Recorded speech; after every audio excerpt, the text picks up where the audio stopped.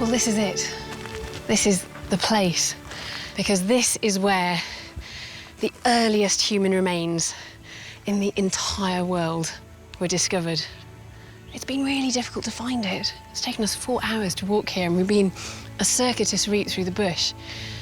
And it seems really strange that there's nothing to mark it, because this is such an important place in our story. And it's as close as I can get to where we all began. Amazing.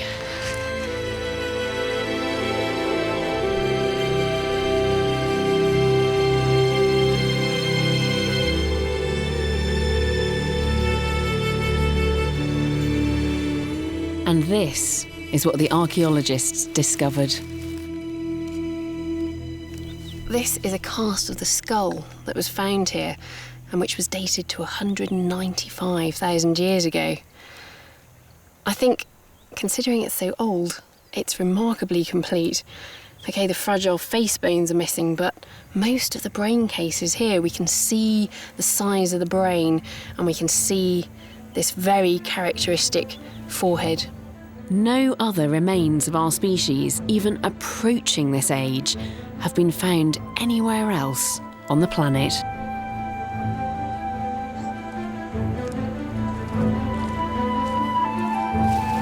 This is as near as we can get to the origin of our species.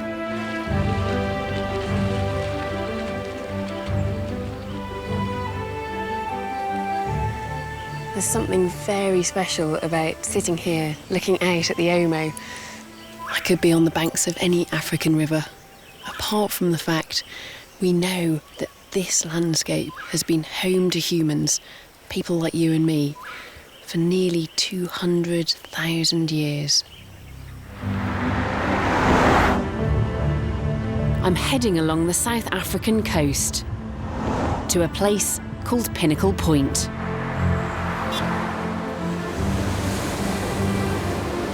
Today, it's a playground for the rich.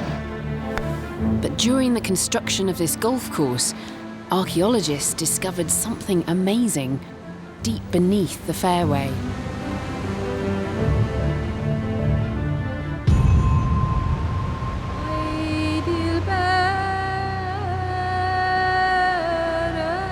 This could be the oldest known dwelling of our species anywhere in the world.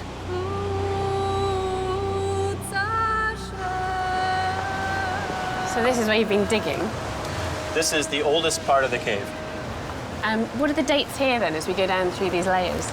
These layers date from 130 to 167,000 years ago. It's just so incredibly ancient. It's amazing. Did you know how important what you were excavating really was? Not until we got those dates. But yeah, amazing, stunning.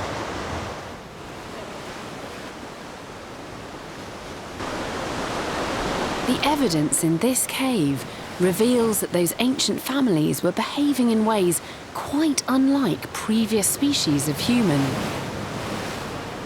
Well, Kyle, that's not from this cave, is it? Because I recognise this. This is a hand axe, isn't it? That's correct. Now, that's more typical of what you would find from about 1.5 million years ago to about 300,000 years ago. So what sort of thing were you finding in the cave then? Okay, well, tools like these, blades and points, are much more typical of what we find in this cave. Made on quartzite, locally available on the beach down here. And in our oldest levels here, alongside these types of tools, we also have these very small bladelet tools. These are tiny. What could such minute blades have been used for?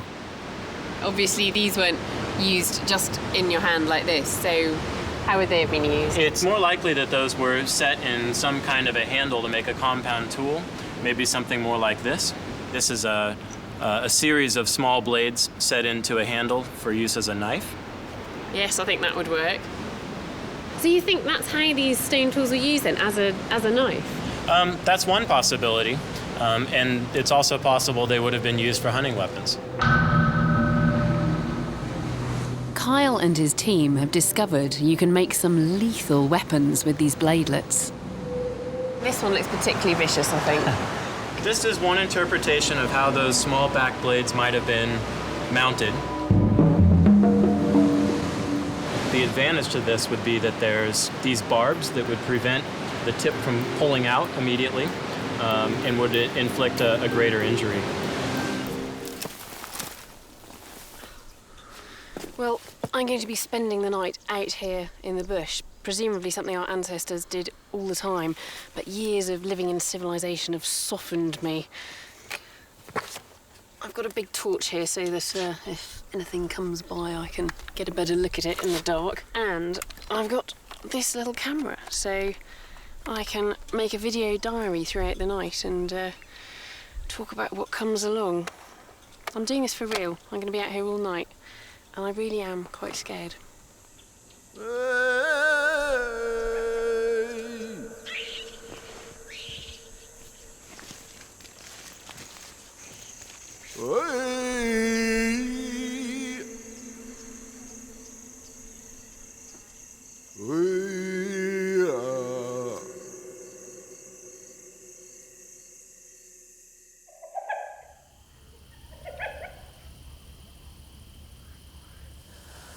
It's just amazing the amount of noises you suddenly hear. About half an hour ago, there was the sound, really distinct sound of something lapping water. Maybe a hyena, maybe a leopard. It sounded like a big cat, literally like a cat lapping at milk. Hopefully nothing can get through that.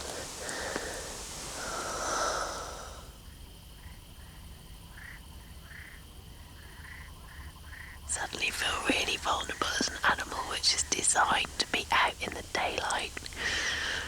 I mean, can't see very well at night. Hearing's alright, just about enough to get you feeling scared. And sense of smell as well. Compared to all those other animals, might as well not have it.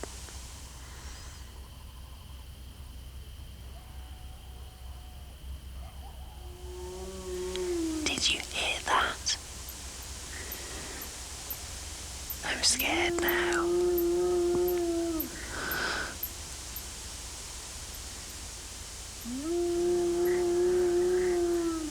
Is that a lion? Is that a leopard?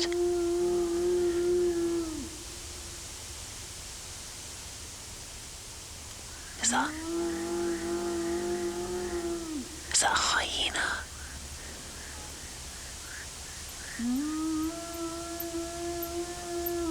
Oh, I don't like that noise. That's really spooky.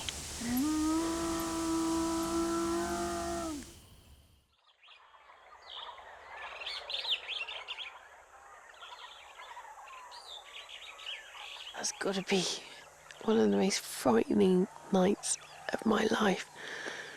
I did get some sleep, but then I got woken up by these horrendous noises. Sometimes it was hyenas, and then there was something that sounded like a standoff between a hyena and a leopard or something. I don't know what it was. Awful noises. Really, really scary.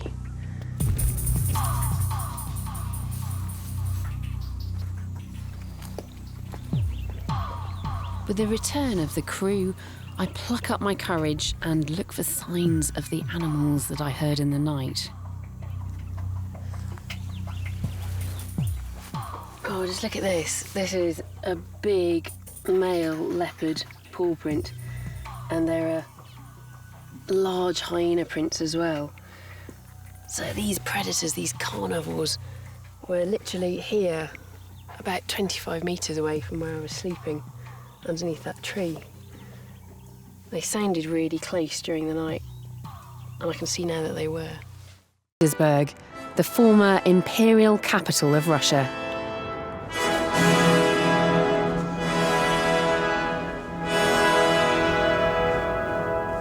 The Hermitage is one of the world's greatest museums, home to some of the most celebrated works of art.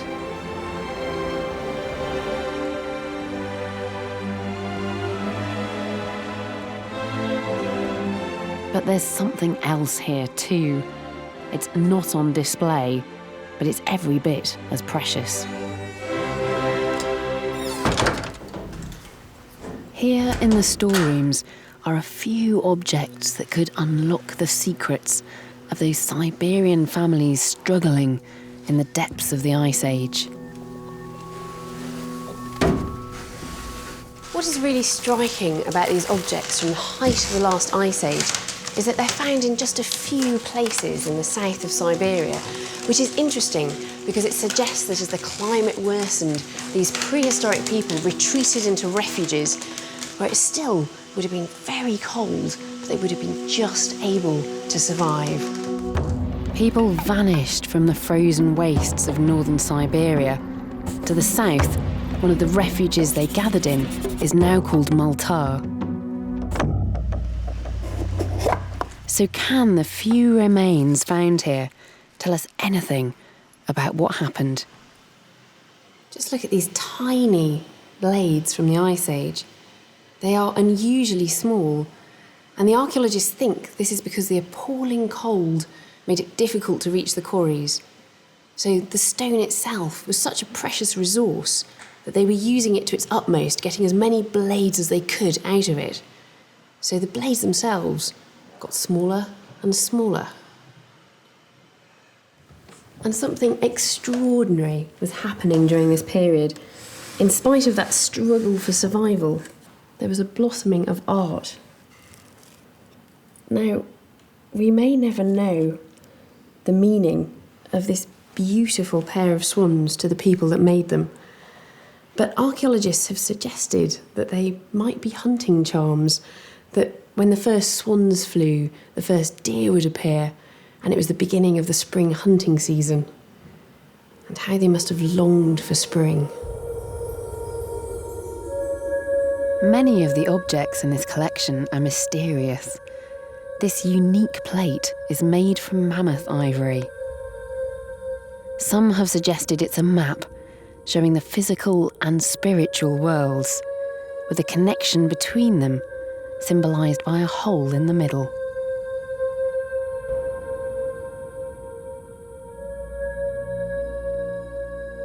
These precious bone figurines are amongst the earliest depictions of people wearing fur. Further proof that plenty of these Asian pioneers could sew clothes by this time.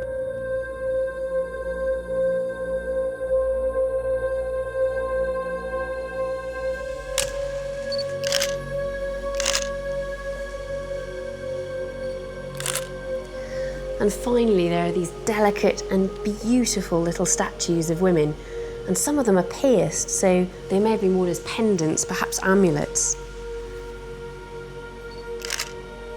It's possible that they're fertility symbols, really underlining the importance and difficulty of producing children during such harsh conditions.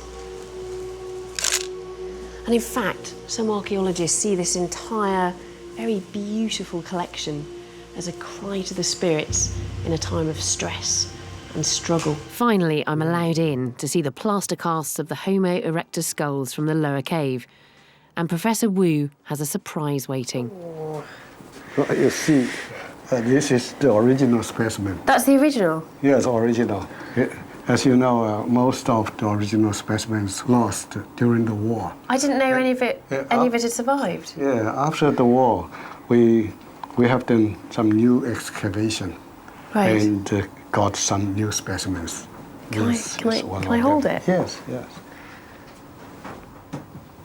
I honestly thought all the specimens had been lost, but this is an actual fossil of Homo erectus in China. It's found in 1966. So this is hundreds of thousands of years old, isn't it? So this is another piece. It's just amazing for me to be holding in my hand this actual fossil, which is hundreds of thousands of years old. I honestly thought all I would see is casts, is reconstructions, and this is the actual and now fossil. you hold the original one. That's amazing.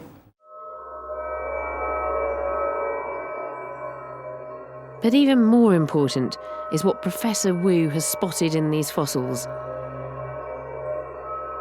First, he shows me some features of the ancient erectus skulls that he believes are typically Chinese. The face is flat. The nose is flat, not very protrude, as in Europe. Yeah. Yeah. And this part is also flat. So this part of the cheekbones is Yeah, sort of rotated. For example, in like that. Neanderthal. Then he shows me the much more recent upper cave skulls and picks out the same distinctively Chinese features. But it also have the more flat face and not very protruding nose. So the features that you're looking at in these skulls are really the features which characterise modern Chinese people today. And the Yes. sort of differences between your skull and my skull. Yes. So your face here is Yeah. like this, and mine And yours is like flatter. yes, Yeah. different. And your nose is flatter So here than mine. we inherited some features from our ancestor. Professor Wu sees a clear line, Homo erectus evolving into upper caveman, becoming today's Chinese. For him, these fossils prove that the Chinese come from a completely different branch of the human family. But I can see significant differences between the skulls. The whole skull shape of Homo erectus is quite different from modern humans. And even those features that Wu pointed out, the nose and the cheekbones, don't seem that similar to me.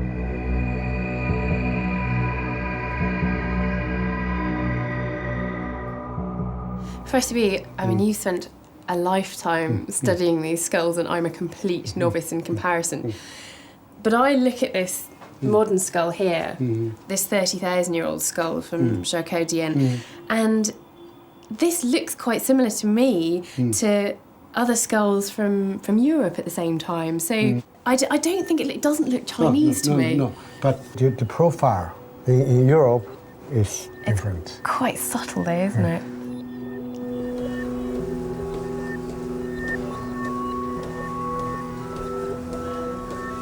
I'm still not convinced that the Chinese are so fundamentally different from the rest of us. Professor Wu's so knowledgeable and his arguments are so persuasive, so maybe I'm missing something. What was it that turned hunter-gatherers into empire builders? I'm travelling through the awe-inspiring landscape of Guilin in South China in search of the key to their success.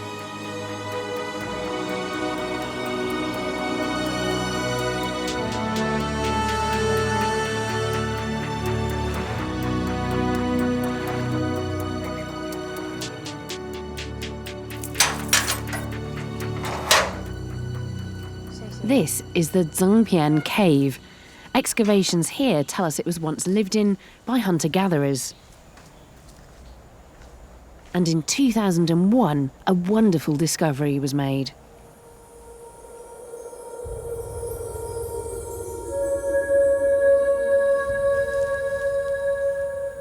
These fragments are so precious that I'm not even allowed to touch them. They are what remains of one of the oldest pots in China. In fact, one of the oldest pots in the world.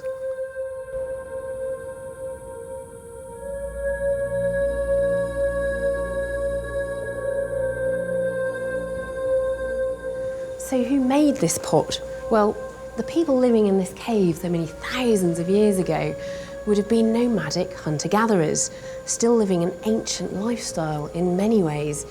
But those insignificant-looking, crude pieces of pot mark a great technological leap forward. So prehistoric pottery has also been found in this cave? Pots are something we take for granted. But for those ancient hunter-gatherers, pottery was part of a completely new way of life. So how did they do it? I'm meeting a team of experimental archaeologists who think they might have the answer. The first breakthrough must have been finding out how to stop the pots cracking when they were fired, tempering them by mixing calcite rock with the clay. And they even have an idea how the pots might have been shaped thousands of years before the invention of the potter's wheel. This is very clever. They've dug a pit here to basically give us the form of the pot, almost like a mould. And then we're pressing this clay in little slabs down into the preformed pit. 对，一会儿往那立起来点。 Transforming clay into hard pottery requires firing at a high temperature. Today, this is done at 1,000 degrees Celsius in a kiln, way beyond the capabilities of those hunter-gatherers.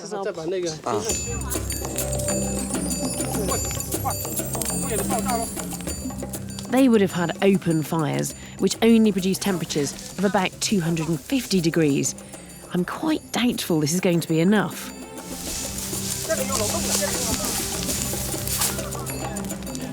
So how's our pot? Ooh, I think that's it. I think that's our pot there, and it looks okay.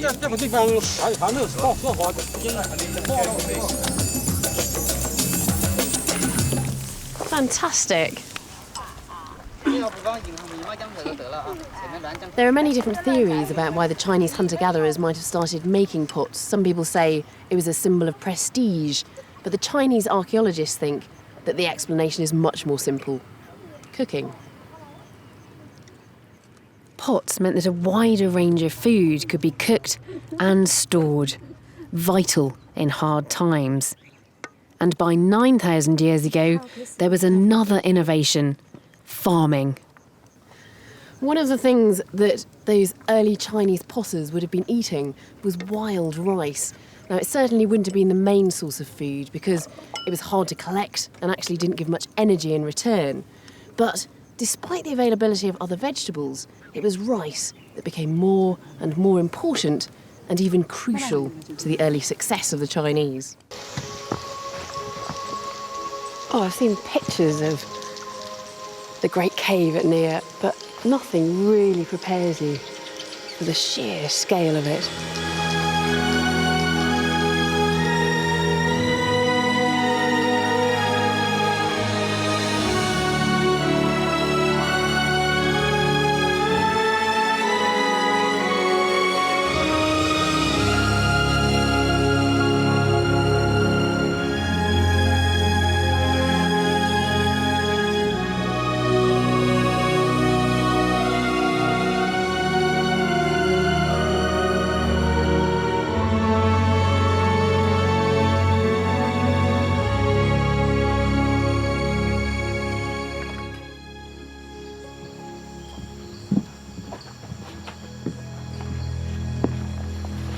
Part of the excavation was known as Hell Trench, and stepping down into it, it's easy to see why, because it's suddenly very hot and humid, but all the hard work and the discomfort paid off because the archaeologists found something that was quite phenomenal. It's a human skull. It was in many pieces when it was first found, which had been carefully fitted back together like a jigsaw.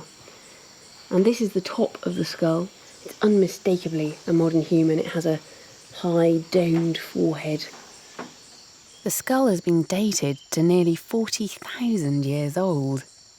The oldest confirmed remains of our species in Southeast Asia.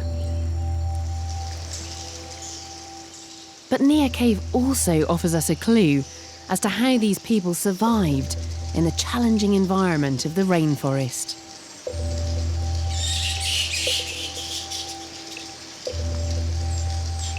As you move just a little bit deeper into the cave, it becomes significantly cooler and more pleasant, and it just feels like an ideal place for those hunter-gatherers to have set up their camps, and then they could have gone off roaming into the forest. The archaeological evidence shows that they were bringing back a huge range of different foods to eat, from monkeys and pigs and lizards to shellfish, yams and sago palm. Compared with other species, we're incredibly adaptable. To survive, we humans will eat just about anything. And as if to make exactly that point, in another corner of the cave, something really unusual is going on. I've arrived at harvesting time for the ingredient used in the Chinese delicacy, bird's nest soup. It's made from the nests of rare swiftlets, and today, these men are attempting a death-defying feat to gather them. I mean, this is human ingenuity, isn't it?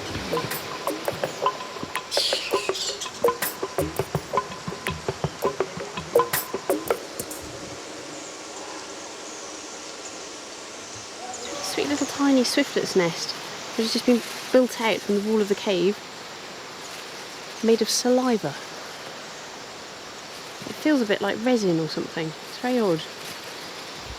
This is a reconstructed Neanderthal skeleton, and generally speaking, the skeleton is very similar to ours.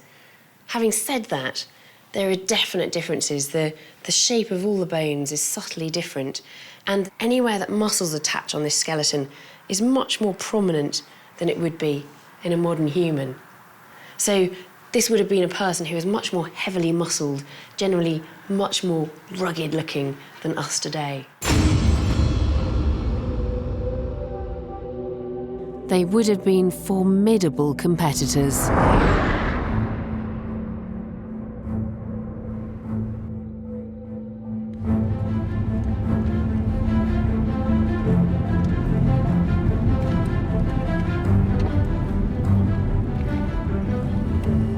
So Neanderthals were tougher and better cold adapted than us, and some of them even had bigger brains than modern humans.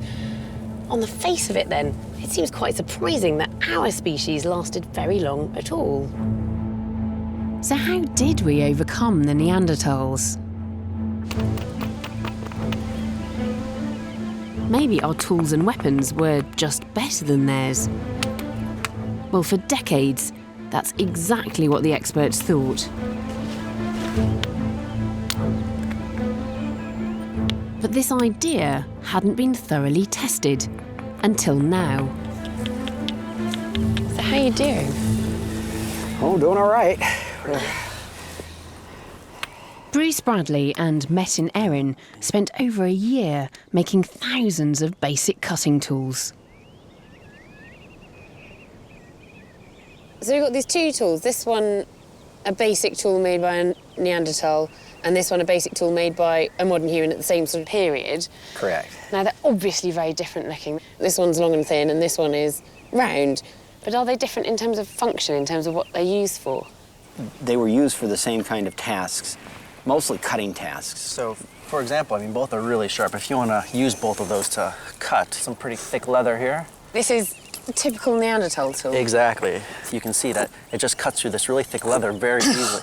That is incredibly sharp. Look at that. Wow. And this is really tough leather. Effective, isn't it? So, That's brilliant. yeah. Now let's try the blade. Hold it very carefully. Yes. This is the sort of thing that was made by modern humans. Exactly. If anything, I would say that flake is a bit, I mean, that's cutting, but just, you know, just picking up the tool and using it immediately, I'd say the flake's actually a little bit easier to use. When we created thousands of tools, we found that the technology of the Neanderthals actually produced more cutting edge overall. It wasted less raw material, and you could produce more tools than the blade cores of modern Homo sapiens. Now, Martin, that's very new, isn't it? It's quite remarkable, because you're telling me that the Neanderthal technology is just as good, in fact, if not better, than the modern humans. I mean, that goes against everything that people have said for the last few decades. That's true, and it was a very exciting result.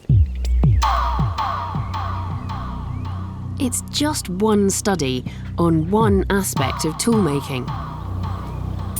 But I still think it's important.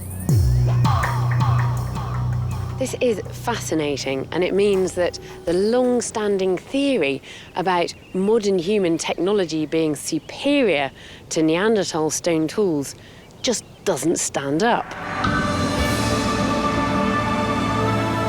I'm in Gibraltar, a naval stronghold for centuries, and new evidence from these rocky shores suggests that thousands of years after they disappeared from the rest of Europe, the Neanderthals were clinging on here.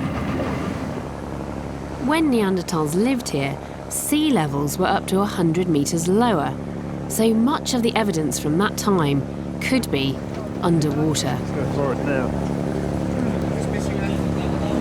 A team of specialists is probing the ocean floor, looking for traces of the Gibraltar Neanderthals.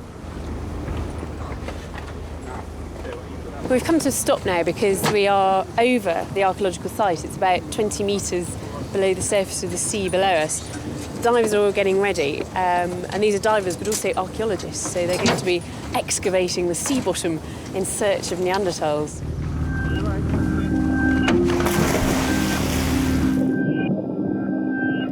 These divers are up against poor visibility with a limited oxygen supply. Underwater archaeology is always challenging.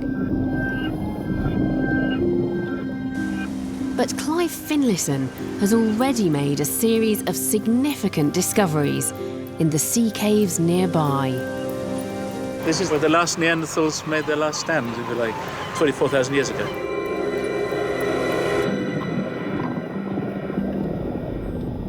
We get the feeling it's the nearest thing to Neanderthal city you're going to find anywhere. We've got fossils, stone tools, animals that have been butchering, all kinds of evidence, hearths, Neanderthal barbecues, if you like. It's a very, very special site.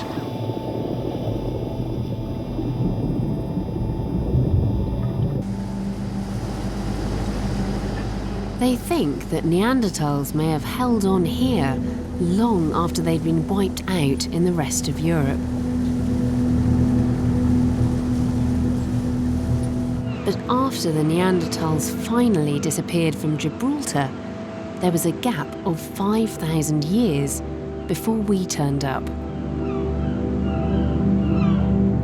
So it looks as though whatever finally killed Neanderthals off, it wasn't us. What do you think eventually wiped them out? It may have been a numbers game. There's so few left, as would happen to populations of endangered species today, like the panda or tiger. Just random fluctuations in numbers can bring it down to zero, and there's no recovery from zero. So it could have been that. It could have been disease, inbreeding, a whole range of factors that can affect a small population and knock them over the edge.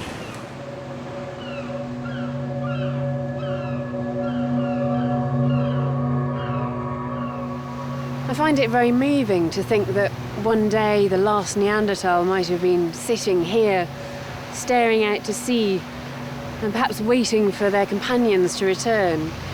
Or maybe he or she knew that they were the last of their tribe or their family, but they can't have known that they were the last of their entire species.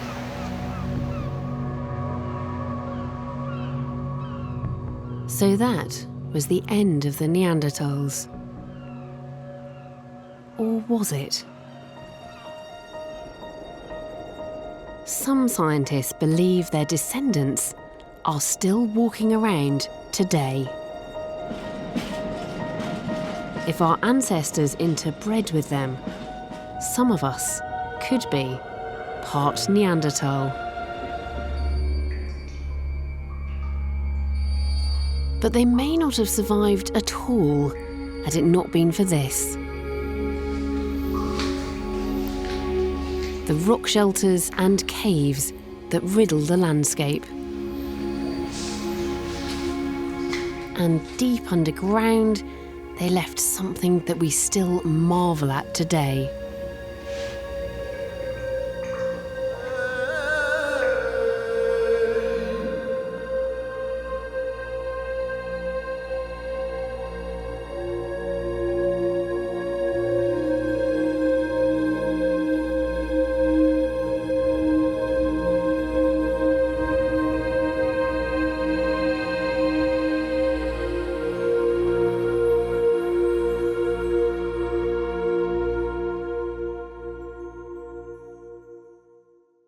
I'm in a cave called Peshmerl, which is stunningly beautiful naturally, but look at this. This is real artistic expression, something that defines us and sets us apart as a species. And Peshmerl is unusual because artists were coming here to paint these images both before and after the peak of the last ice age, generations of them returning to the cave as the world outside froze over. This is a very beautiful image, and it uses the contours of the rock. The horse's back sort of curves along a bulge in the rock, and there's an echo of the horse's head on this right side there. And it's obviously a very stylised horse as well. And I love the way those spots carry on into the background, as though the horse is sort of camouflaged against the rock. And there's a hand placed against the rock just above the horse's back. I mean, that is amazing, isn't it? That's an Ice Age hand.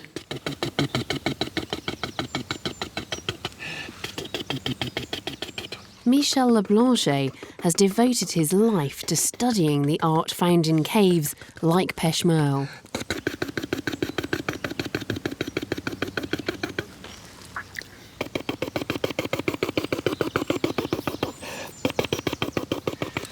I naively imagined that you'd just take a mouthful of charcoal, a bit of water and just spit it at the wall and that would be it.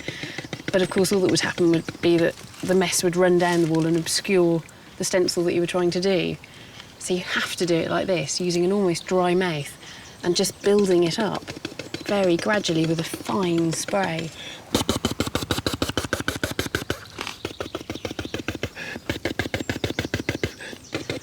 Monsieur Leblanche did a recreation of the horses at Peshmerl using this technique. It took him a whole week. Is it finished? Yes. It's finished? Yes, that's right. But what drove these people, struggling just to survive, to paint? The vast majority of these images seem to be animals. There don't seem to be many representations of humans. No, that's true. They are mainly animal figures. And for them, of course, animals were not only game, but also spirits, symbolic. So the animal figures are, in fact, symbolic figures. And going into Peshmerl, I mean, it's such a beautiful cave with all the stalactites hanging down. And yes. It does feel as though it was, I don't know, almost a temple. Yes, that's right. It is a natural temple, if you like. They are sacred sites.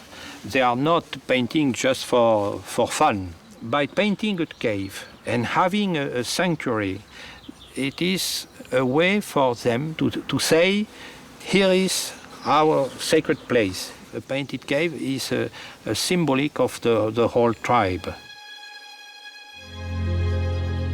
Being bound together in this way may have helped our ancestors survive the kind of climate change that only haunts our imaginations today. The discovery was made by a young Aboriginal Australian. A young girl just stumbled across them, and she invited this professor over and he had a look at it, and people started getting excited when they thinking it could be a really major find. So major that as soon as it was revealed, the site was buried again to protect it. It's still secret today? Yeah, and it will remain secret forever and a day according to the elders. This site is very precious. It's their past, we're going to preserve them and protect them for the future generations.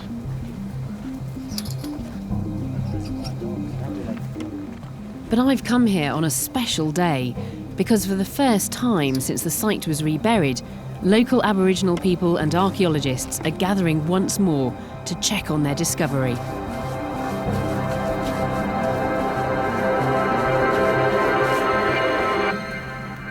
Over 500 human footprints. This is the heel here. And you can see the way that the foot sort of lifts up here. That's where the arch of the foot would be. And then the big toe's just there. So this is a right foot. It's amazing to see something which is so ephemeral, sort of normally here today, gone tomorrow. This is looking like a pretty big footprint. He's well fed. It's incredibly hard, this layer, isn't it? It feels really stony. Is it a type of clay? It's just like our pottery. And it must feel pretty personal as well, because, you know, this is your own heritage, isn't it? One of the oldest cultures in the world. So, very special and unique.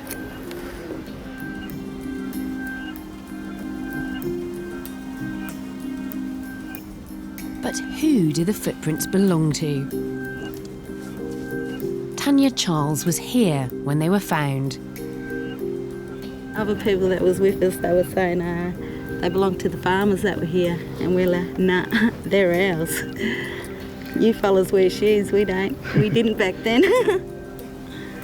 We just knew in our hearts, we knew that they were ours.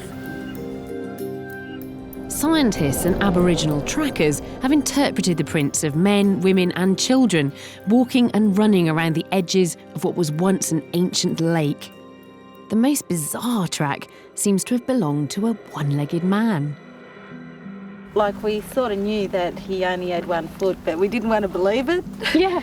Because, you know, 1-footed man way back in them times is like, oh, scary.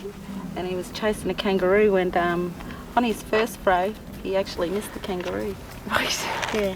On his second throw, he got him and dropped him down to one knee. How long ago did these people live?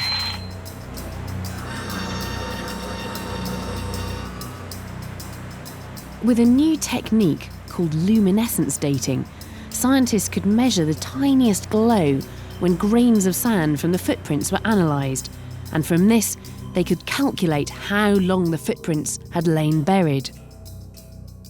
The results were stunning. The footprints were around 20,000 years old.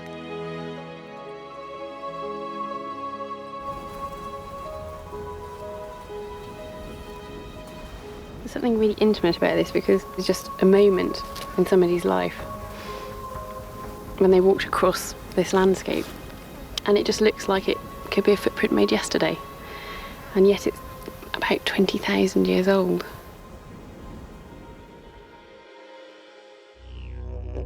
So is this when people first reached Australia, long after we colonised Europe and Asia?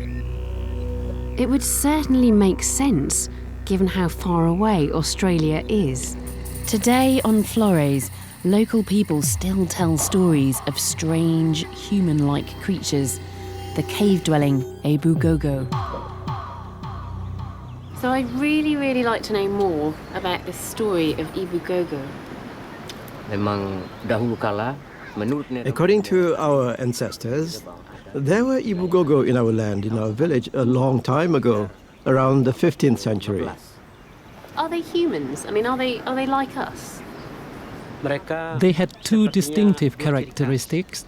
They were like monkeys, but also like humans. Their physical features were short, hefty, with long hair on the head and chest, and the female's breasts were big and long. If they wanted to walk, they usually threw their long breasts over their shoulders.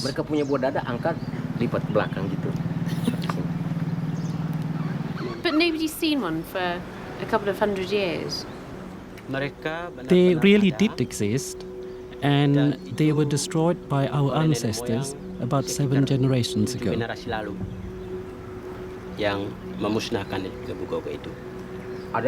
There were 2 reasons for their elimination. Firstly, because they stole food, and secondly, because they kidnapped our children. This sounds like the sort of spooky myths you might hear anywhere. But believe it or not, this story may actually have some truth to it.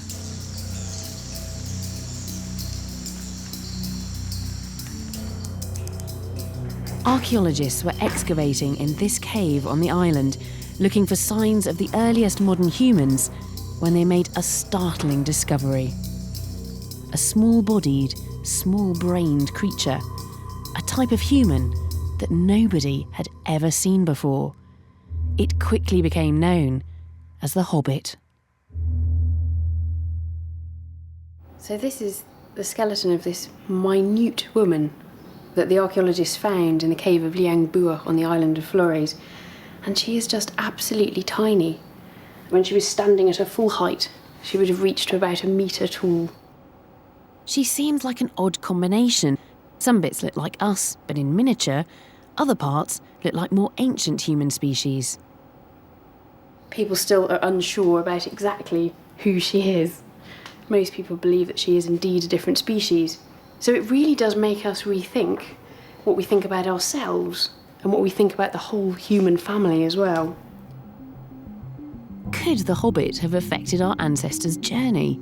Dating of the bones shows they were here around the time of the migration of our ancestors through Indonesia. So would they have encountered this race, this population, of very tiny people and what would have happened if they did. I don't know what they would have thought about Homo sapiens.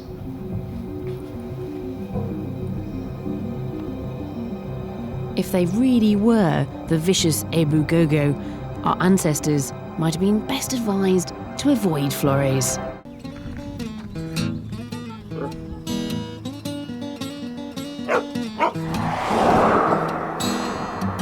So it looks as if small groups of men, women and children made that first push into America about 13,500 years ago. Using their sophisticated tools, they made the most of their new home and spread right across the continent from coast to coast. Until recently, this was the version of American prehistory that most experts agreed on. But a new discovery here in Texas is threatening to rewrite the entire story.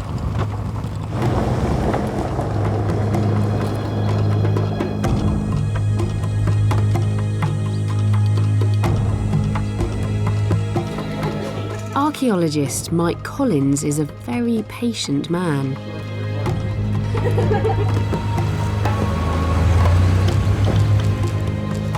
For 15 years, he's been digging away in this small field near Austin.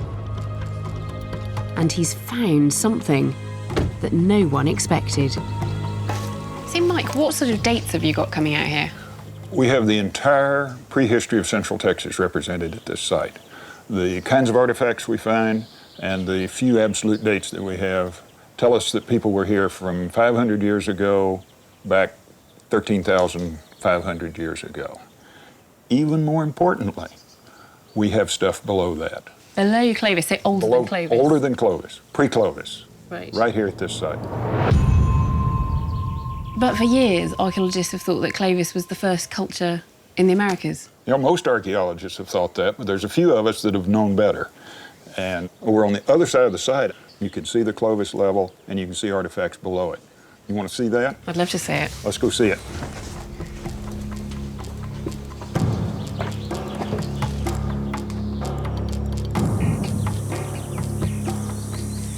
Mike, this is an incredibly deep test pit. Yes, it's a deep test pit, and we're really interested in this part of it right here. Because right through here we get Clovis artifacts, but as we dug down, we continue to get artifacts below that for about 20 or 25 centimeters more. A nice flake here, for example, with a platform and good flake scars on it.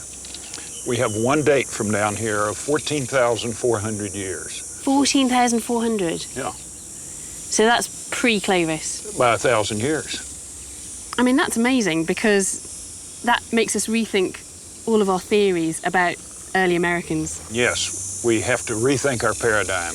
We have to come up with a new accounting of the peopling of the Americas. Mike, how sure are you about the date of these artifacts? It's just one date, so you need to corroborate it with further evidence, and that's what we're working on.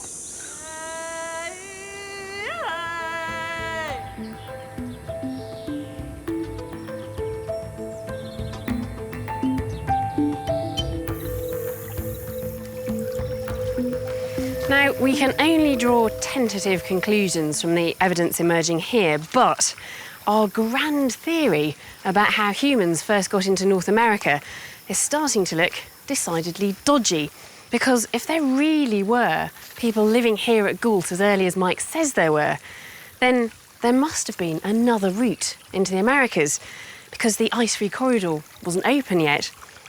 But what I need is more proof.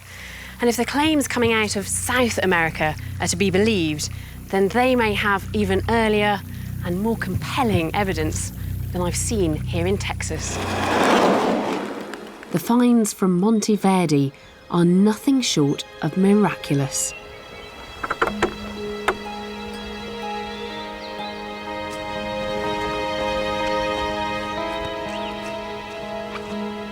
Quite strange, there's no evidence at all of it ever having been an archaeological site. There is sheep grazing. There's nothing obvious at all. But a few years back, local villagers came across something strange sticking out of the riverbank. Bones from a mastodon. a prehistoric relative of the modern elephant. It was a bank just like this that the animal bones were originally found in that alerted people to the fact that this was an archaeological site. As experts dug down, they discovered much more than just ancient animal bones.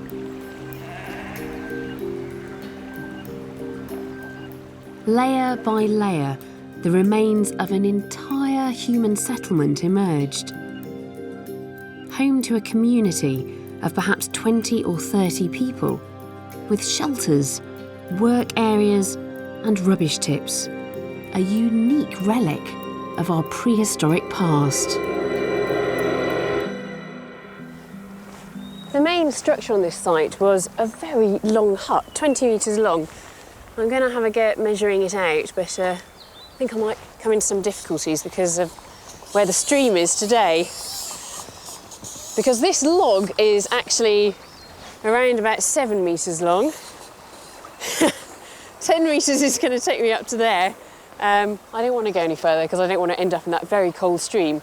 But you can imagine how far this hut extended. And amazingly, we know how this hut was built, because the remains of the wooden stakes and the animal hides that covered it were preserved in the waterlogged ground. And inside this long hut, the archaeologists found hearths, and in them the remains of nuts and berries and seeds that people had been eating. The hearths were lined with clay, and in part of this clay that presumably was wet at some point, there was somebody's footprint.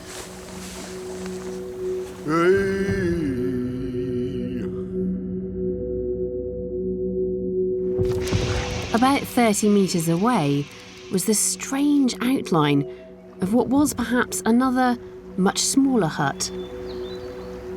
Outside it there were butchered mastodon bones, but inside it there were some very intriguing finds indeed. Some plant remains, a few of them seaweeds, that are still used by the Mapuche Indians today as medicines.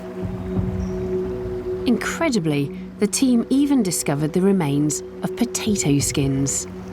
It's the first evidence anywhere in the world of humans eating potatoes. It's amazing to have this degree of preservation on an archaeological site. This really is a treasure trove.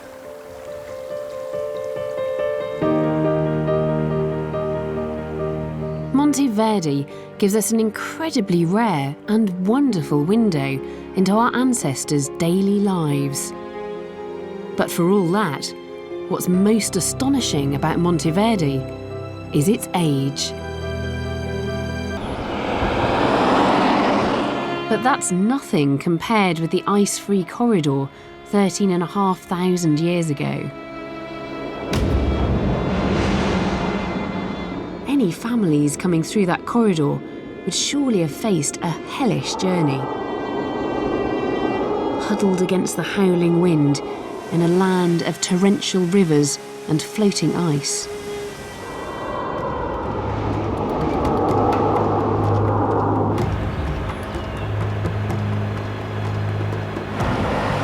So did anyone try? And if so, did they make it? The answers to all these questions lie in that direction.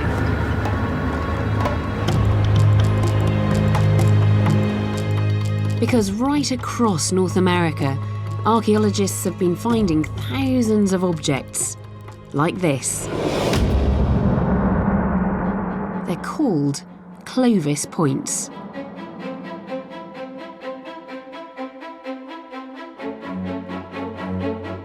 And they date from just a few hundred years after the corridor in the ice appeared.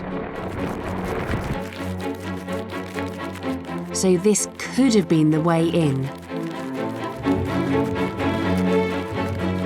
But what kind of a world would these pioneers find on the other side of the ice?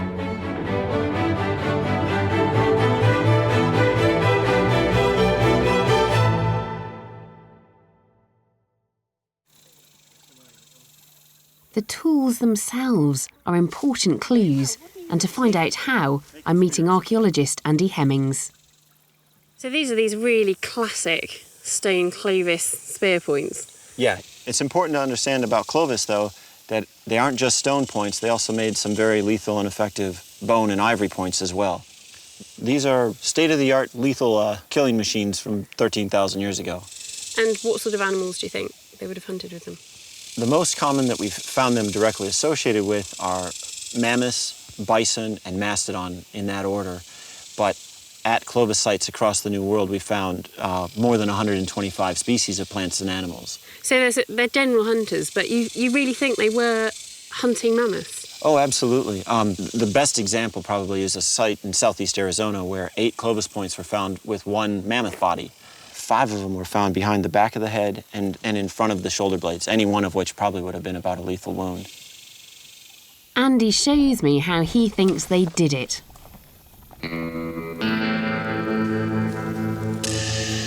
Andy, that doesn't look much like a mammoth to me. There's no animal in the Pleistocene that had a hide that tough. And if we can poke a hole in that, if you can poke a hole in that, we could have eaten anything, just like the Clovis people did. Right, so I've got my spear through it. Let's see what you can do. A glancing blow, you've slowed him. Got his feet. Try again. Ooh, scratched it. Do you want to show me how it's done, Andy? I'll give it a try. Oh my God. Well, that's made a hell of a dent in this metal door. I hit it pretty cleanly, and you can see I just destroyed the end of my spear. It would have stuck in the hide of a mammoth or a mastodon. Yeah. The mammoth and mastodon, 2 of the mighty animals roaming this vast landscape.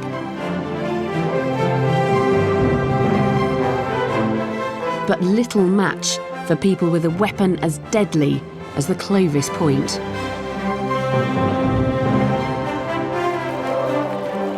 Some think that these pioneers of the new frontier plunged into an orgy of slaughter, wiping out Ice Age animals like the mammoth.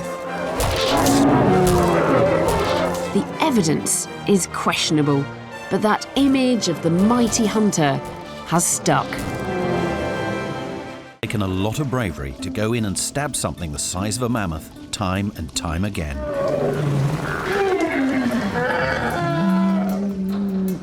It's really interesting to see what those Neanderthals were eating and potentially hunting, and they would have had to have been very robust to deal with that. Oh, absolutely. You know, it's a lifestyle that required incredible strength. But there is something else when we look at these arm bones, because they're different side to side. They're asymmetrical. Yeah, when you look at the arm bones, you can see really visually that the right is larger and more robust than the left. So the question is, what were Neanderthals doing differently with their right arms compared with their left arms? George, can you help me out? Well, there are a couple of things that we can try out that might offer some clues. Now, we've got a fine specimen of a hunter here. Now, Colin, he's wired up onto a machine. What are we hoping to show with this? Well, what we're trying to do is test a theory that explains that asymmetry they were talking about. You need intensity and you need frequency to cause bone change. The prevailing theory is that when you spear thrust, that back arm, the right arm, provides the majority of the force, and the front is simply steering, somewhat like a snooker pool cue.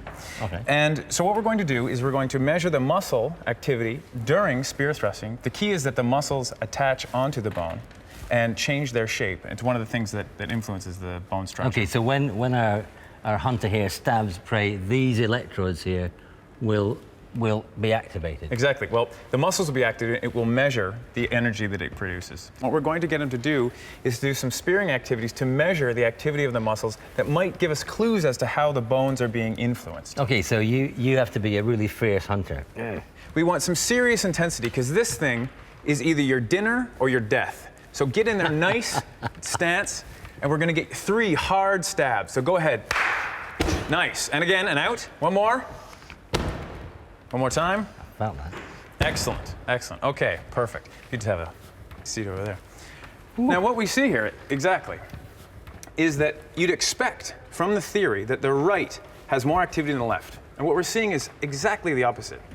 This is the right, this is the left. Wow. Yeah, the left is far more So it's completely the other way around. Yeah, and the reason for that, we think, is that it's not simply like playing pool. It's much more that you have a full body flexing the hips shift, the shoulders shift, and your arms go right into the target. The ground reaction force comes back along the spear, and the muscles of the left arm are taking the majority of the load. And as a result, they're far more active, which is the opposite way for what you'd expect for explaining what you see on the skeleton over there. So how come the asymmetrical arm bones if the right arm is actually not doing as much work as the left? It's a wonderful question. Neanderthals live in a cold climate. They needed to stay warmer than just their physiology would allow for. So clothing might have been part of the equation. To produce a hide, to take something like this, a skin, and produce a hide that you can construct clothing out of, takes a great deal of processing. In fact, it has to be scraped and cleaned and You're completely right. It takes approximately 8 hours per hide of scraping. That's a great deal of scraping. So if you remember, you need intensity and you need frequency to cause bone change. How many hides would you need for one suit? Perfect question. You need 5 to 6, and each individual needs a new suit per year. Right, that's a lot of scraping. Absolutely. John, you're going to be scraping now. Yeah. So what we want you to do is grab a stone tool. This is a side scraper. These are the types of things that are found predominantly in Neanderthal stone tool assemblages. So go ahead and give it a scrape for us. Perfect. And if you keep doing that, I'm going to move over to here. Again, this is the right shoulder. This is the activity from the right shoulder, the one that's active. If this type of activity is intense enough and frequent enough to cause bone adaptation, then this could explain what we see. And they would have been doing this for hours and hours and hours. The explanation is that if one person was doing it for their family, they could remain busy for half a year of scraping. It might explain the right side dominance and the massive asymmetry you see in Neanderthals. It's very clear. Alice, this might be the answer. It could be something as mundane as scraping hides all day. I really love this idea. I love the fact that we think of Neanderthals as big game hunters, and yet here we are looking at them and saying, well, actually, what's really shaped their bones is not hunting, but making clothes. Most people from outside Africa can trace up to 4% of their DNA back to Neanderthals. What might that Neanderthal DNA mean for us today? What sort of effects might it be having in our genomes? Well, it's very difficult to say, but I have some results from you two which can shed some light on it. So this is a gene on chromosome 16 called WFDC1, and it's controlling cell growth. Yeah. We don't know what difference it makes to have different copies of it. So this is very early stages at the moment, but Absolutely. we're starting to understand the implications of having some Neanderthal genes in our genomes. And actually, we do know something about Neanderthal genes which is very interesting, and that's that we know that at least some Neanderthals had red hair, and that's very useful for Victor. So, catching up with Victor again. Hello. This is great. So we've actually got hair colour. What's great about working in this nature is that it gives you the ability to test out different looks, different hair and different skin color before you commit. This is grounded in science. Okay, it's looking quite artistic, but there's science at the base of it. And also the skin colour, I see you've done really pale skin. Yeah. So this is somebody who lived in a northern climate. Right, much like us. It's really starting to come together. Now, there's one question I want to ask is, can we tell how this individual died? It's a great question, and usually we can't. But in this case, the skeleton gives us some really interesting clues. On the outside of your bones is a membrane, and you can see here where it's roughened, that membrane was laying down new bone at around the time that this individual died. And it's at the distal end of the tibia. It's also in the distal femora. And the key thing about this is that it's on both sides and it's symmetrical. And actually, that is pretty indicative of one particular type of disease, and it's called hypertrophic pulmonary osteoarthropathy, and it basically means in English, please. Okay, so it basically means you're laying down new bone, but you're doing it in such a way that we know that that's related to lung and sometimes heart disease, but it makes it very probable that this individual had either a bad lung infection or lung cancer. Yeah. It's one of the very rare cases where we have a fossil where we can actually make some indication of the cause of death. So from these few bones we started with, we've established that Neanderthals were strong, adaptable, and possibly had an emergent culture and budding language. They were well suited to their Ice Age home, and given they were such a successful species, they survived for 350,000 years. Yet when the crunch came, they may simply have been unlucky. It is very sad that they're no longer with us, but we have been able to bring Laforasie 1 back to life with the help of all of this scientific evidence and our amazing model makers. We started with a composite skeleton based on Laforasie 1 and other finds. And over 2 months, we've carefully been reconstructing him. With extraordinary attention to detail, the muscles were painstakingly added to rebuild his body. His face was recreated using forensic techniques. Then the skin and hair were added. Now he's finished, and he's here. So should we go and have a look? I can't wait. Yeah. This is so exciting. We have literally never seen this before. Under a sheet. Go on then, Victor. Wow. Wow. Oh my goodness. Wow, his eyes sparkle. He's really lifelike. Yeah. The nose is really prominent, That is isn't just it? fantastic. Still trying to get my head around the fact that this guy is in my ancestry and not that far back. John, what do you think? Give me a break. You looked like twins. Isn't he wonderful? I mean, this just looks like a living, breathing Neanderthal.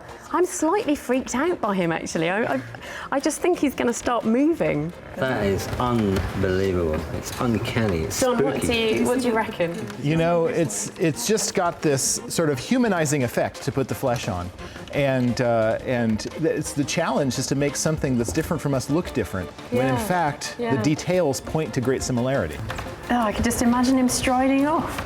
Colin, what do you reckon? Is he muscly enough? Yeah, he's got to be, but it's really impressive, isn't it? It's a case where focusing on bone doesn't give the whole picture. Yeah. Victor, such a good job. He's absolutely brilliant. Thank you. Yeah. The African savanna, keeping cool is crucial to survival. Many animals insulate themselves against the harmful exposure of the sun with a protective layer of hair. They rest at the hottest times of the day to avoid overheating. But that means they have less time to travel and hunt. If Homo erectus was out running in the heat of the day, what stopped them overheating? Could this be the time that our early ancestors lost their hair? Well, I'm with Professor Peter Wheeler from John Moores University. Would Homo erectus have been hairy? That's something we don't know. But what we can say is that there are good reasons to think that it would have been advantageous for Homo erectus not to have been hairy. Tell me more, Peter. Yes, we've got these two volunteers who are not too dissimilar in physique from what the Narukatomi boy might have looked like had he survived to be an adult. And they're identical twins, and they've trained to a similar level of fitness. And we've had them standing under these heat lamps which emulate the African sun. One of the advantages of retaining body hair is that it acts as a shield.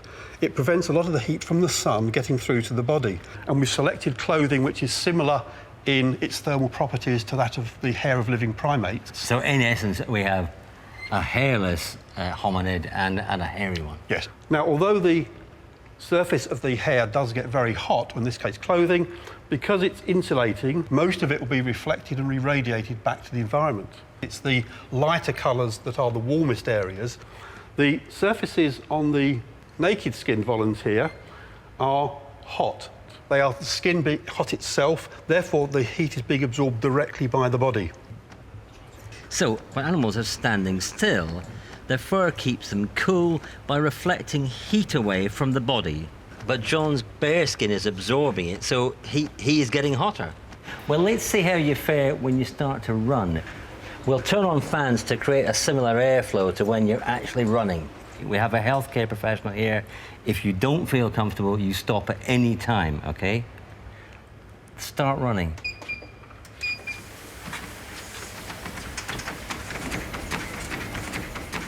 Now, our volunteers have been really working up a sweat on these treadmills, so now I want to see who's keeping their cool. How are you feeling? Oh, insulate from it? Tough? Yeah. And our naked skinned human? Okay. Well, so clearly, he could keep going? Yeah, he's obviously dissipating the heat load that his muscles are producing much more easily. And there are two distinct reasons why he's able to do this. The loss of his body hair means that heat can flow from his body more easily out into the environment. The second advantage is the loss of body hair makes sweating much more effective. When the sweat is secreted onto the skin surface. The increased airflow over the skin means that sweat is evaporated at a greater rate. I'm worried about you guys. I think you should switch the machines off now, because I'm worried that you're about to have heat stroke. Now, hold up your shirt there. Look at that. Now, all that heat has been trapped inside. His core, his insides are really heating up. John on the left there is not nearly as hot underneath. So the advantages are quite clear. The advantages are very clear, particularly during activity, either through long-distance persistence walking through the heat of the tropical day or short bursts of intense activity, such as our volunteers have done here. There's one other problem with exposed skin in the sun, of course, that you would have to have dark skin protected by melanin. And what about hair on the head?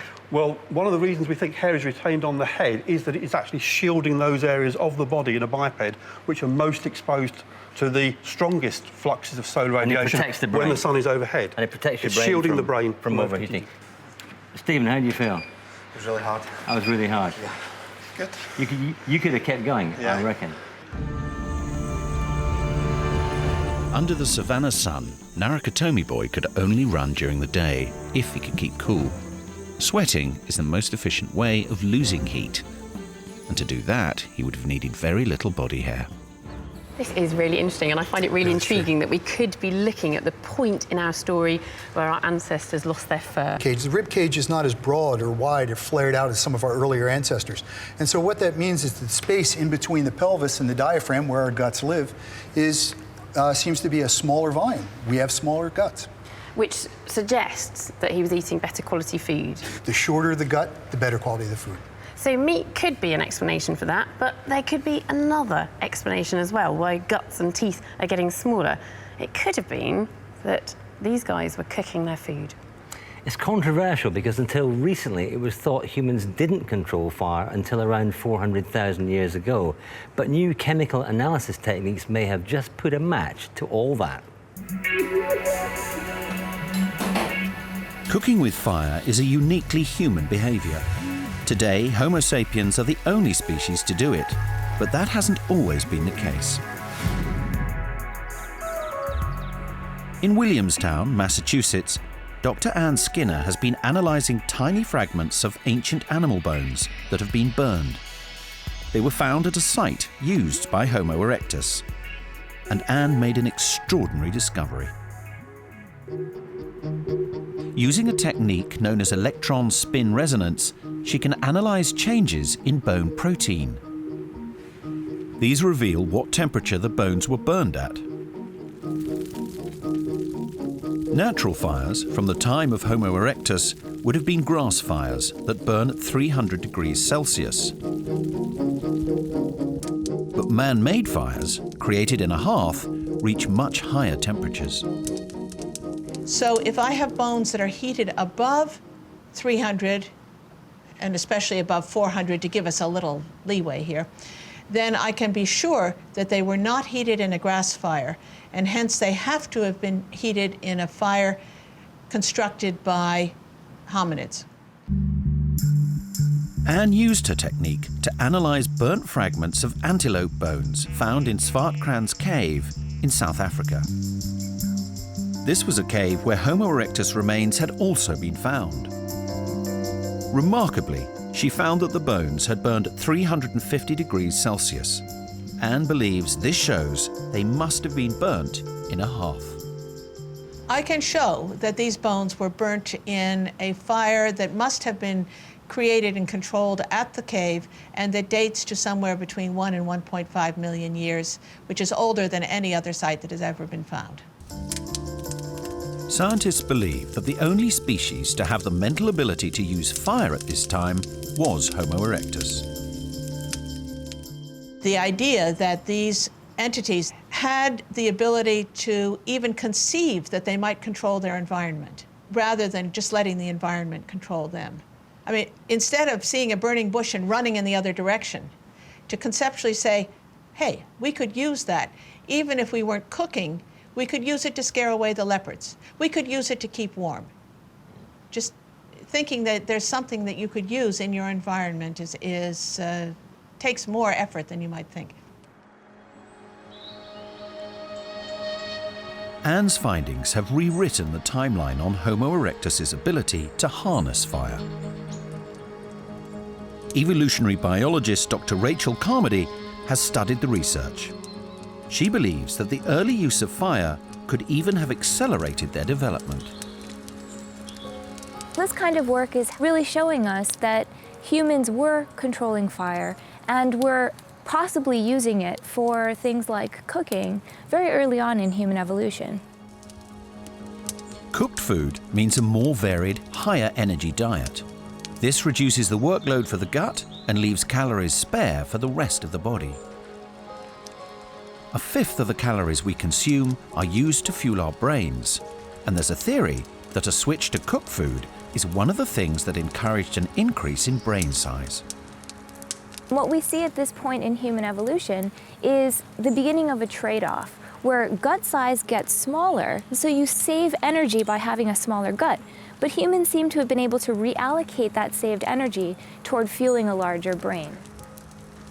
So is there a link between a better diet and growing bigger brains? I find this really intriguing and slightly unsettling because for me this is evolution turned on its head. Because we're saying that we are saving some energy somewhere, so that means we can grow a bit of ourselves bigger. George, what do you think? Chimpanzee spends 47% of his time chewing and eating and processing food, whereas humans only spend 4.7. So you've got all this extra time and energy to do something with it. Why not cooking? When walking along, and we can see that we walk with a nice straight leg, and one of the really key bits of anatomy is up here. These are the abductor muscles on the outside of your hip joint, and they stop your hips swinging from side to side as you're walking. Robin, I think that's a chimp over your end, isn't it? Yes. Yep. Completely different gait, so that's very bent hip, bent knee. Well, really what you can see in the chimpanzee is the strong flexure of the knee, bringing all the force of the body down behind the knee and in front of the foot. Now this is actually continually flexing the knee joint, and this is what makes that sort of walking so inefficient. That looks very inefficient with this sort of rotating hip. It's very hard to do. Well, one of the reasons is if you stand in this sort of posture, gravity's continuing to flex your knee, and your muscles in front of the thigh work harder and harder and harder to stop you bending more and more, and it becomes very tiring. It's very tiring, and your knees start to shake. And yes. Oh, so it's much more efficient to actually straighten your legs. It's more efficient to stand that way, and it's more efficient to walk this way as well. Absolutely, yeah. And so who's this in the middle then? That's Lucy. So this is how Lucy would have walked. I would say a little bit more straight leg than that too. I think that's even more straight. Even more straight leg than that. There's a slight swing on the hips, isn't there? There's a little... Yes, you've got basically a broader hip than we would have had. I think, again, we have to emphasise the fact that, chimpanzees are not our ancestors, and we're using them as a comparison. But it seems that what we've got here in Australopithecus afarensis is something which is almost halfway between a very chimpanzee-like way of walking and a modern human way of walking. Well, looking at the anatomy of Lucy's feet, knees and pelvis, it suggests she's spending lots of time walking on the ground. But some new research has been looking at another bit of her anatomy, her hands, and this may shed some light on how much she was using them for climbing. It may seem surprising, but the way we use our hands in climbing a tree or gripping a tool is recorded in our wrist bones. Powell Cotton House in southern England is one of the most important primate study centres in the world. Our ancient ancestors spent more time in the trees than we do. But new research conducted here is beginning to shed light on when they decided to trade life in the trees for life on the ground. Paleoanthropologist Professor Gabrielle Macho has been studying the wrist bones of modern chimpanzees and humans and comparing them with wrist bones from Lucy's species, Australopithecus afarensis. We have been looking at the capitate. It's the biggest bone of the wrist, and it's sitting right in the middle here, and it's along the main load transfer from the middle finger to the upper arm. Gabrielle has been putting capitate bones into a CT scanner to reveal the internal structure of trabecular bone. In a little bone like this, you get a very complex arrangement of trabecular bone. And it's no coincidence, it's also called the spongy bone. Having made CT scans of capitate bones, Gabrielle applied the same computer modelling that aircraft manufacturers use to analyse stress in the wings of aeroplanes. This showed where the spongy bone had been reinforced to cope with the forces applied to them. The difference between the two bones is quite striking. In the chimpanzee, you see the red loads travel towards the left side, and this is the side where you have your little finger. In modern humans, see it quite nicely, it is traveling towards the thumb side. So chimps show evidence of reinforcement on the little finger side of this bone, because that is where the loading is greatest when they climb trees. But in humans, who use their thumbs far more, the loading is on the thumb side of the bone. This technique could reveal how much time ancient species spent in the trees. Next, Gabrielle looked at capitates from Australopithecus afarensis, the same species as Lucy.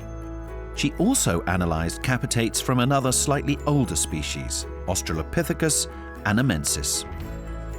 Her findings suggest that a dramatic change was taking place. The older one, Australopithecus anamensis, behaves more like a chimpanzee. So you have the load transfer towards the little finger, and this is what you expect if you're moving up a tree, if you're climbing, whereas the later Australopithecus afarensis has more of a human-like pattern. So it definitely used its thumb much more regularly than the older specimens, and it is maybe some indications that they have largely abandoned an arboreal lifestyle, so they have come to the ground. Our ancient ancestors choose to walk upright. The forests were retreating, but out on the savannah, they were easy prey. But walking meant they could travel further to find food, and it freed up their hands. Walking on two legs clearly has advantages, but it comes at a price, and it's one we are still paying today. Well, over here we have Professor Karen Rosenberg from the University of Delaware, and she's been studying this part of Lucy's anatomy very carefully. So this is a modern human pelvis, and it's a completely different shape from the chimpanzee. Completely different. And it's completely different because of the way that we walk. As bipeds, we've had to modify our pelvis completely in order to walk on two legs, which a chimpanzee doesn't do. I mean, this is like a blade. I mean, in fact, we do call this the iliac blade, Yes, don't we? exactly. And in us, it's formed a kind of basin shape. Right. It's a completely different shape. Completely different. And the birth canal is completely different as well. In humans, the birth canal, which is here, is wide at the top, and then long at the midplane in the middle, and then approximately round at the outlet. And chimpanzees are long in all dimensions, so it's quite a different shape. So do chimpanzees have any problems giving birth? Apparently not. Apparently they have a pretty easy time. The baby's head is much smaller than the birth canal, and it seems to go through in a pretty straightforward way without a lot of difficulty. So do you think that the changes to the human pelvis that have come about because of this adaptation to walking on two legs have had a knock-on effect for childbirth? Huge effect for childbirth, and not just the modifications for locomotion, but it's because we give birth to babies with large brains. Yeah, that's a bad bit of design, isn't it? It is a very bad design. Okay, so babies with big brains would have come along a bit later, Yes, much later. after Lucy's kind. But over here, we've got reconstructed Lucy's pelvis, because I think it's very useful to be able to see the pelvis in the round with the sacrum at the back as well. Now, first of all, it's very, very tiny, but I think if I put it in the middle there, I mean, I think that looks much more like a modern human pelvis than it does like a chimpanzee. In fact, it looks almost nothing like a chimpanzee pelvis. Absolutely. The modifications that happened because we walk on two legs had taken place, obviously, by the time of Lucy, and so the pelvis looks much more similar to a modern human, but it doesn't look exactly like a modern human. And that's because the birth canal didn't have to give birth to a large brain baby. So do you think Lucy would have still been able to give birth relatively easily then? Relatively easily, but differently than in a chimpanzee. So how have you been able to work that out? Well, and how differently? Well, quite differently. So if we look at the way that modern humans give birth... So this is a newborn baby, this is by the way. a model of a newborn baby. In modern humans, the fit between the baby's head and the baby's shoulders And the birth canal is quite tight, as lots of people know from personal experience. Yes, I know it from personal experience. So the baby's head typically enters the birth canal facing to the side, like this. Yeah. But then it usually gets stuck, and so it usually turns, rotates 90 degrees, and emerges like this, so that the back of the baby's head is facing to the front of the mother's body. So the mother can't easily reach down and clear the baby's breathing passage or move the umbilical cord if it's around the neck. Those are things that in other animals the mother can do for herself, but it's more difficult for humans to do. So humans are typically, almost always, born with another person helping. So with Lucy's pelvis then, why do you think it would have been difficult to get a baby out through Lucy's pelvis? Because her babies would have had much smaller heads than ours. Yes, but Lucy's pelvis and Lucy's birth canal in particular is different from both modern humans and a chimpanzee. It's like a modern human in that it's wide from side to side, but then it has that shape all the way through. So her baby wouldn't have twisted around in the same way? Exactly, and not only didn't need to turn and twist, it probably couldn't turn and twist. So this is really interesting. It means that in order to stand and walk upright on two legs, Lucy was paying a price. She was paying a price, and that it made childbirth more difficult. Absolutely. Many people still think of the Neanderthals as a simple-minded, thuggish people, but recent, quite often unexpected discoveries are forcing us to confront that perception.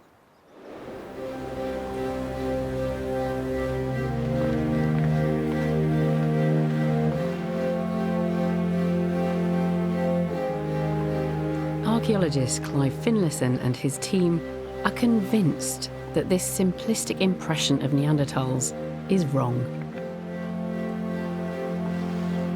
We've been working in these caves in Gibraltar now for over 25 years.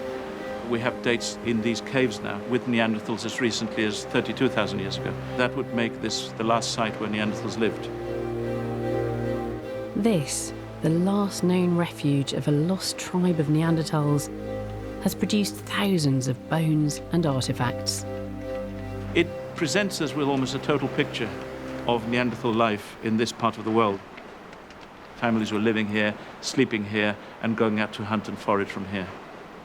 In my view, the stereotype of the ape-like Neanderthal, I think, is changing. People are realizing, even anatomically, that there may be physical differences between our ancestors and them, but they're not as huge as we thought once upon a time. What is really changing our view is the cultural evidence, the evidence of the abilities that we thought only we had and caused our expansion across the globe. And we're beginning to realize that Neanderthals were not that different. In the past, experts suggested that Neanderthals were incapable of planning, of thinking 2 or 3 steps ahead. That's not true at all. These people knew their environment very well, they knew what they had here, and they exploited it very well. And that's probably the key to the success and their survival for such a long time. The Neanderthals were not only an immensely successful European species, but we're starting to realise that they were cultured in a way that we'd thought was the sole preserve of modern humans. The clues are hidden amongst the many bird bones buried in these caves. More and more we've found that the evidence is in the form of cut marks on the bones, and what we realised was that a lot of the marks were on the wing bones of these birds. Using stone tools and dead birds found on the shoreline, Clive's team have been exploring what the Neanderthals might have been doing. If you dissect the wing bone of a vulture or an eagle, what you find is a bone and a tendon and the feathers attached to the skin. There's no meat because you have to be lightweight to be able to saw. So if you're cutting these wing bones in birds of prey, it has to be something to do with feathers and certainly has nothing to do with meat or food. In parallel, we realized that a lot of the species of bird of prey being brought in were birds of prey with dark feathers. And we showed that there seemed to be a discrimination in terms of color. Neanderthals preferred black for some reason. The conclusion that we came to after a lot of analysis is that they were getting the feathers for ornamentation, to wear them in some way. Many cultures across the globe, historically and today, use bird feathers. North American Indians, for example. Because of this close relationship that they had with birds, we decided to call them the bird people of Europe.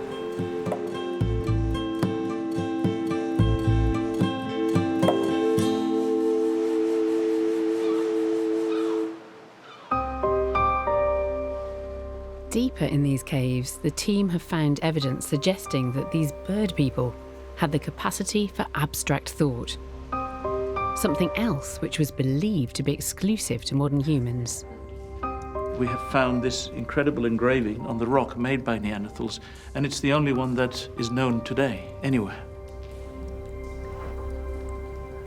It took us 2 years of intensive study, and we came to the conclusion that it took them at least 2 hours to do because we replicated the whole procedure. So it wasn't a doodle. They actually thought about it. And it wasn't marks done for butchery, for example, if you're cutting through skin. We tried to replicate that with skin and the lines go all over the place. This was something that wasn't functional. It was sending a message to somebody, and it was done very, very deliberately, and it took a long time. This is not mere survival. This looks like art. It's the next step, if you like, the smoking gun in terms of Neanderthal behavior. So contrary to the popular perception of them, we're now realising that Neanderthals exhibited many aspects of what we call modern human behaviour. Janet Kelso, a colleague of Santa Parvo at the Max Planck Institute, has been studying the history of humans through comparative genetics. In terms of diversity in the Neanderthal population, that was much lower than what we see in present-day populations.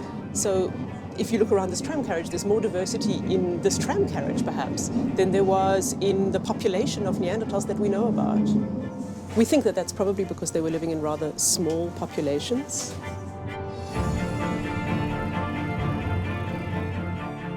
When we got the first really high-quality Neanderthal genome, one surprise was where the two versions of the genome that this individual had inherited from its mother and its father had no differences between them. And this obviously suggests that the mother and father of these individuals were closely related. They are on a level of half-siblings or double first cousins. We don't know if this is typical of Neanderthal societies at that time or if it's something special that happened in this cave at this point in time. What's certain is that low genetic diversity is not good for a population. It is known that populations that are more interbred, that have less diversity, have less ability to respond to, say, a new pathogen or a changing environment. So this diversity kind of provides a buffer for the environment, and if the Neanderthals were less diverse, then it's quite possible that that may have contributed to why they died out.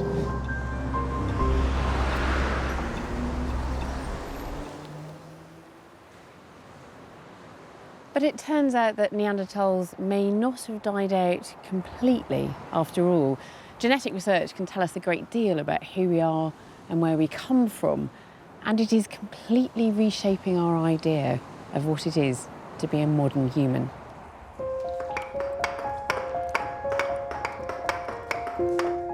While our Homo sapiens ancestors were sharing the planet with the various lost tribes, there was of course the chance that they might have interbred with them.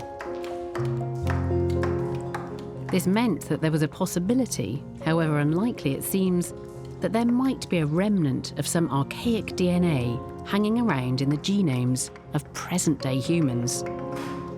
So the geneticists in Leipzig went digging for it. What we wanted to look at was whether there was interbreeding from Neanderthals into modern humans, and our expectation was that there was none. And when we got the first result that suggested that there had been interbreeding, we were very skeptical, all of us. Comparing modern human DNA to the detailed Neanderthal genome seemed to suggest some sharing of genes. We all kind of spent a lot of time looking at the data, trying to figure out how this could be an error. But the evidence was there. Certain modern human genomes from different parts of the world contained sections that matched the Neanderthal DNA.